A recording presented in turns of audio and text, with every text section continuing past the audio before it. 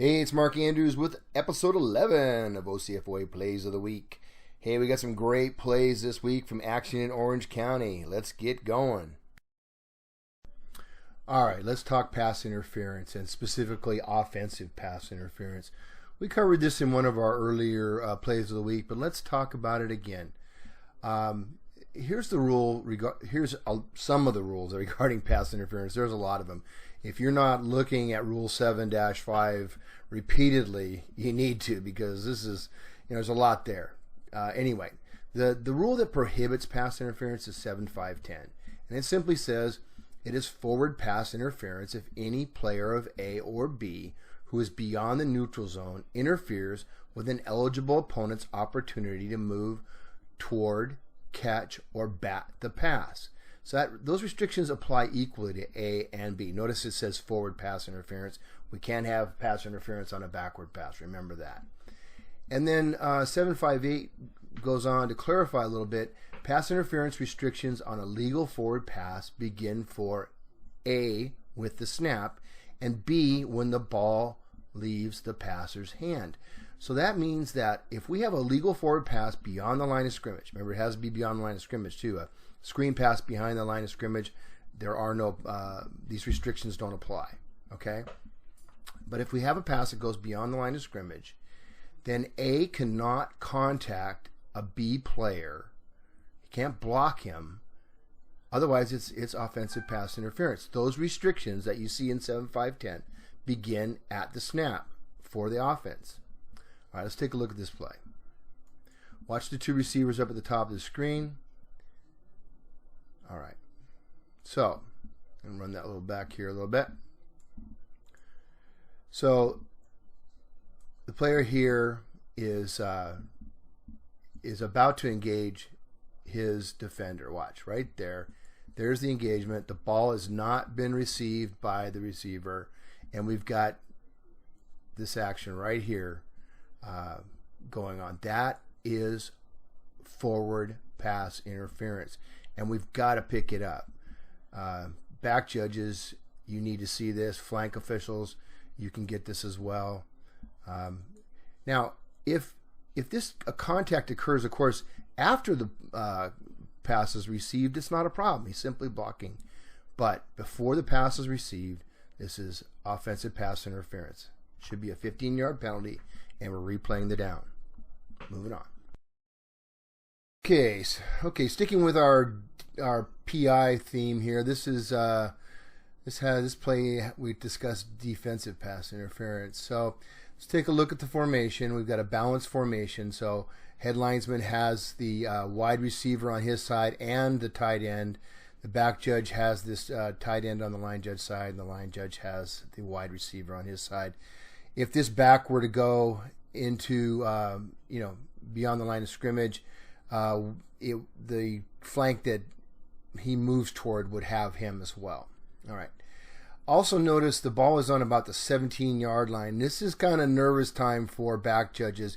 You can see our back judge is still on the goal line, but he has to be very aware of the end line, and I think this play illustrates why. So I'm going to let this run.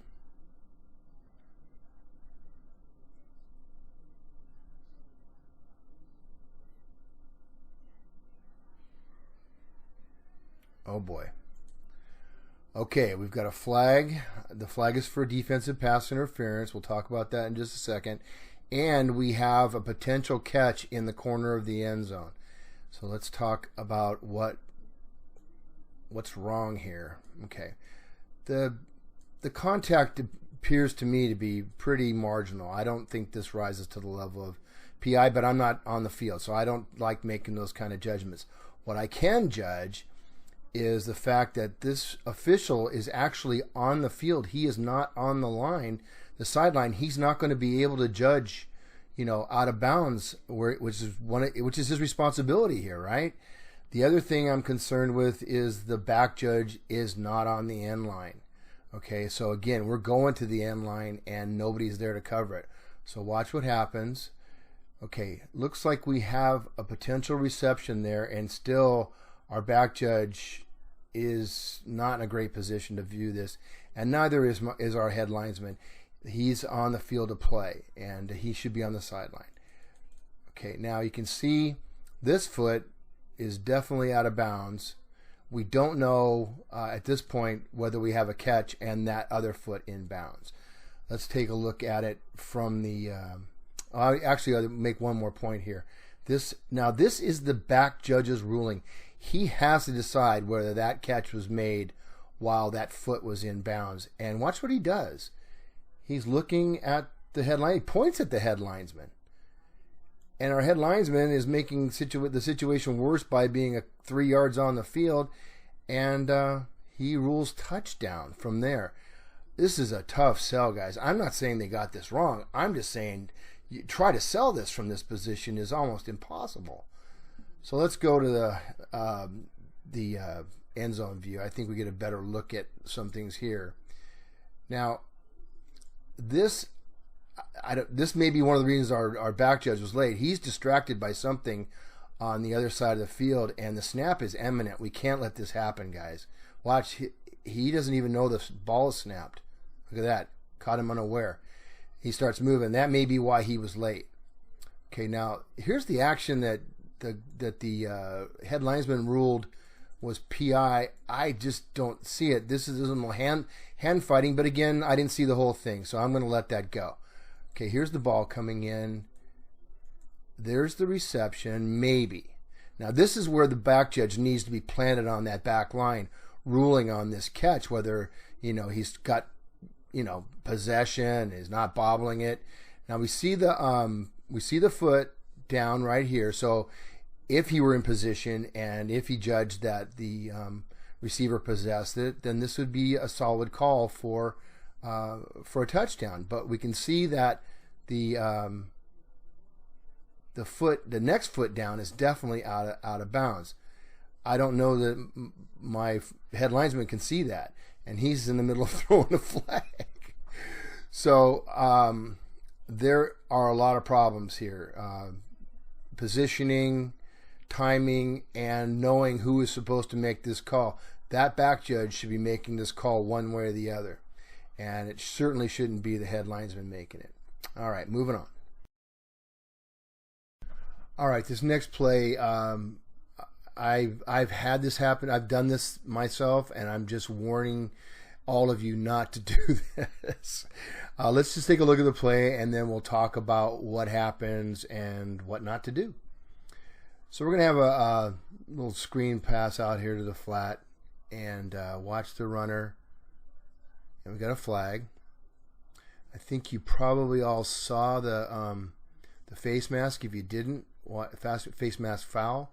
Watch as he cuts inside. The defender reaches out right there, grabs him by the face mask, and you can see that the official is throwing a flag. The problem is he's not throwing the flag for the face mask. He doesn't see it. I think he was concentrating on the foul that he did see. He's calling this action here, this hold.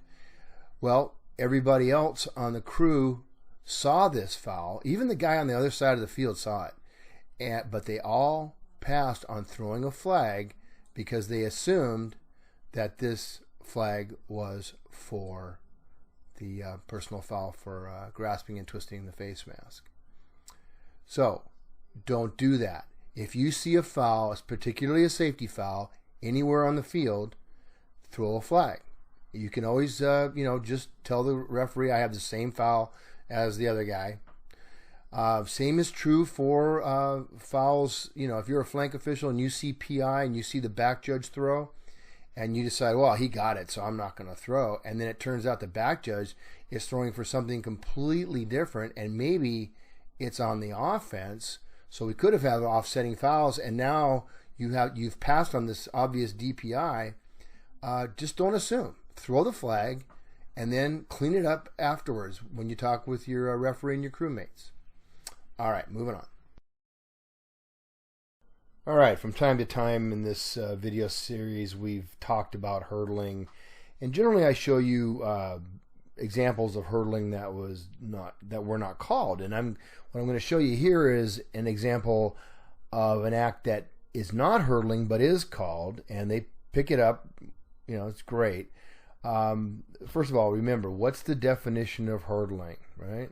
It is an attempt by a player to jump with one or both feet or knees foremost over an opponent who is contacting the ground with no part of his body except one or both feet. So, again, a player prone, a player diving with both feet off the ground, if he is hurdled, that's legal. And the other aspect of this rule is that it has to be over the opponent. It can't be to the side. You know, when we see players jump the gap on a try or a field goal, generally speaking, that's not illegal. Okay, from a hurdling standpoint, there may be other illegal aspects, but hurdling is not one of them. Okay, so let's watch this play. You tell me what you have. Interception, antenna up, right? We're looking for blindside blocks. Okay. Let's go back and run that last bit in slow motion. Okay, you can see the receiver is right here, and he sees the defenders coming. Now he jumps, and he's not jumping over anybody. That number 82 comes into him, try to tackle him, but he's not jumping over him. So there was a flag on this, and it was correctly picked up. All right, so try to remember those criteria for hurdling. Moving on. All right, this play actually comes from the play that we just looked at with the hurdling. This is the subsequent kickoff, and I want you to watch what happens here. I want to make a statement before we look at this. You know, the guys in Orange County that are watching this, you guys are doing such a fantastic job of picking up safety fouls. We are, 3-4 times better than we were just a couple of years ago, and this is an example of how we've improved. So let's take a look. A short kickoff, and watch the two players highlighted. And we have a flag come in. Now, notice that the official that's closest to the action is actually signaling that it's K's ball. He did not have a flag on this. Why? Well, he's probably looking at the ball on the ground and trying to determine possession. He's not looking at the safety foul. Let's go back and look at it in slow motion. Okay, now you see that the receiver actually drops the ball. He muffs the kick. And, he's looking down at the ball. This player here can do a lot of things. He can go for the ball. He can tackle this guy legally. But what does he do? Drills him above the shoulders with his shoulder. And as I say, the official closest to this, this is where we used to miss it, is not ruling a foul. But the official downfield, doing the right thing, looking at, the play around the ball, gets the flag, and I am pretty sure that they got targeting on this. This crew actually considered ruling a flagrant foul on this, but they subsequently did not do that. You can see the coach down there wants it right there. He was just signaling it. But this is a great job by this crew. All right, moving on. All right, I'm just going to let this play run and take a look. It's the action after the play is over that is an issue here. So watch.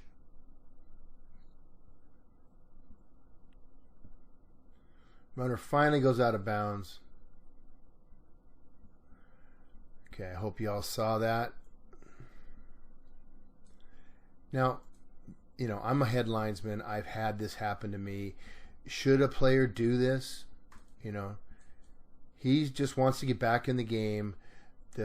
This official is looking down for some reason. I'm not sure why. And the guy just flips it to him and hits him in the head. All right. Is that an unsporting act? No. And yeah, it's embarrassing, and you might be a little bit teed off at this point. But, take a couple of breaths and then go in and just wave it off. Don't enforce this as an unsportsmanlike penalty. This kid could end up ejected if he got another one, right? So we just, that's not an act. This just does not rise to the level of a sporting act. So, I know it shouldn't happen, but at the same time, there's not a foul here. All right, moving on. All right, the kicking game. All right, we're going to talk about fair catches, valid and invalid. There's going to be a lot of talking, not a whole lot of video, guys, so stay with me. All right. This came from the referee on this game. Watch the player that he's highlighted right here. Just going to let this run. Okay, guys, you see the contact after that that signal? So, was that a valid fair catch signal? What is a valid fair catch signal? The rule book just says no player shall give an invalid fair catch signal. That's it. Thankfully, the casebook gives us some really good guidance here.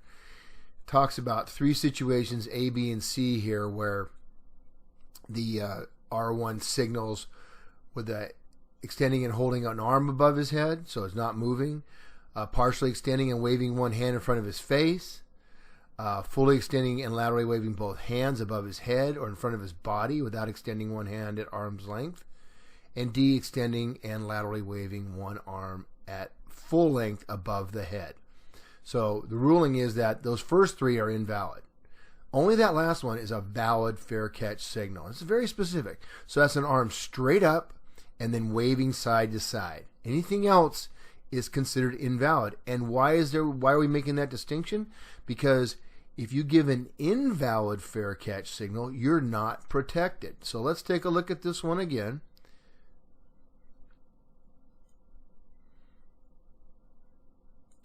Oh, come on, Huddle. Don't go to sleep on me. Okay, here we go. Okay, is that arm straight up and waving laterally? No. Okay, so this is an invalid fair catch signal, and he is not afforded protection.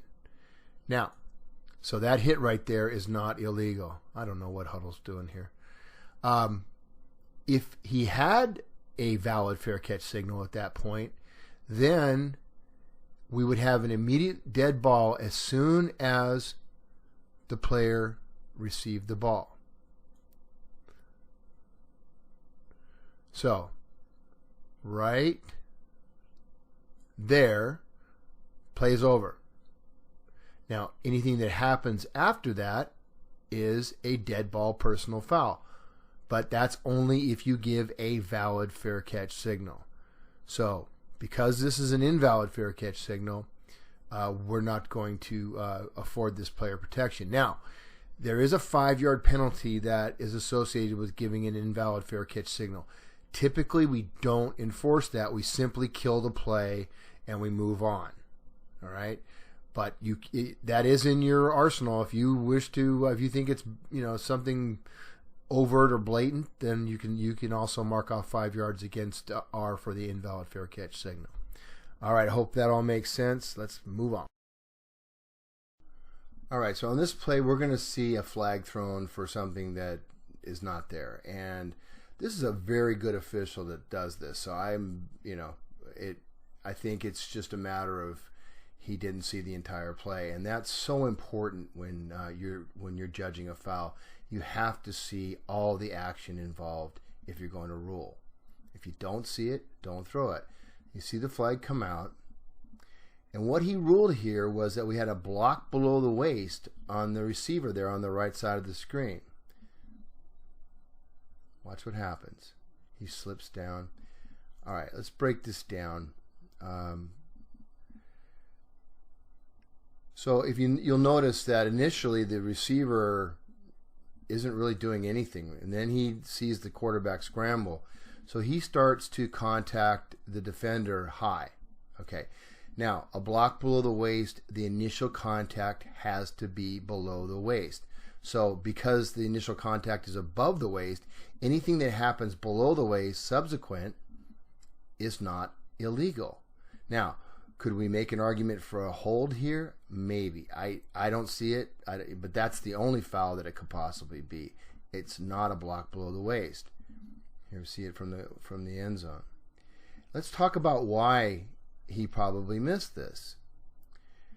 His responsibility is progress, and of course now the quarterback is running, so he's focused on that. He is not looking down here. You can see his eyes. He's looking at that runner. Now, as he passes this defender, now his focus shifts and he sees this action. Okay, but he hasn't seen the previous action, which was the contact above the waist. And that action right there, even if it had initiated below the waist, doesn't rise to the level of a foul. This would have been a great no call. So learn from this, guys. Make sure you see all of the foul, all the action that precedes the foul. If you don't, just pass on it. All right, moving on. Okay, eligible receivers, ineligible receivers downfield. We've been talking about this a lot. This play has some great rules questions involved in it. Let's take a look at it. Just watch what happens here. Got a busted screen pass. Ball ends up in number 52's hands, and he goes out of bounds right about the 40-yard line there. So first question we have to ask is number 52 eligible to catch that pass? And we go back to Rule 756, and Rule 756 discusses eligibility rules about it. This basically says that the players that are off the line of scrimmage are eligible, and the last player on the line of scrimmage is eligible. But it also says that the players have to be numbered 1 through 49 or 80 through 99. So that means, by rule, a player numbered 50 to 79 cannot catch a legal forward pass. Okay, so number 52 catching that pass, that is looking like illegal touching. The other aspect of this play is that we have a number of ineligible receivers downfield. Watch 52 and 58 here. They're going to proceed quite a ways downfield. Before the pass crosses the line of scrimmage, they are, 6, 7, 8 yards downfield, 10 yards downfield. So is that a foul? Well, let's take a look at that rule. Ineligible A players may not advance beyond the expanded neutral zone on legal forward pass. Okay. Unless, there's always an unless. If B touches the pass in or behind the neutral zone, this restriction is terminated. And I'm pretty sure that's what we have here. Let's take a look where the ball is touched. This player right here, keep an eye on him. He's going to touch it. Right there. Okay, you can see the ball ricochet off his hand. If you didn't see that, I'll run it back a little bit for you. Right there, he touches it. And look where he is. He is behind the neutral zone. He's actually behind the line of scrimmage. So these players down here that would normally be illegally downfield are no longer illegally downfield because this ball is touched by virtue of Rule 7512. Now the question comes in, is the reception by ineligible number 52, is that legal? And that question is answered by Rule 7513. An ineligible A player has illegally touched a forward pass if he bats, muffs, or catches a legal forward pass, unless the pass has first been touched by B. So, normally this catch by 52 would be illegal touching. It would be a 5-yard penalty and a loss of down. But because it was touched by B, this is actually legal. So I'm going to run this for you slowly so you see the whole thing. So there go our ineligibles downfield. There's a flank. We should be, making mental note of that. And obviously these guys knew what they were doing, because they did not throw a flag for anything here. And it's a great job by this crew. And number 52's catch and his advance beyond the line to gain is all legal. If that is confusing to you, review these rules that we've just discussed. 756, 7512, and 13. Look at the casebook entries, and if you've got a writing guide, refer to that as well. All right, moving on. Hey, that's it for this episode of OCFOA Plays of the Week. If you have any questions or comments, feel free to leave them down below. I try to answer all your questions.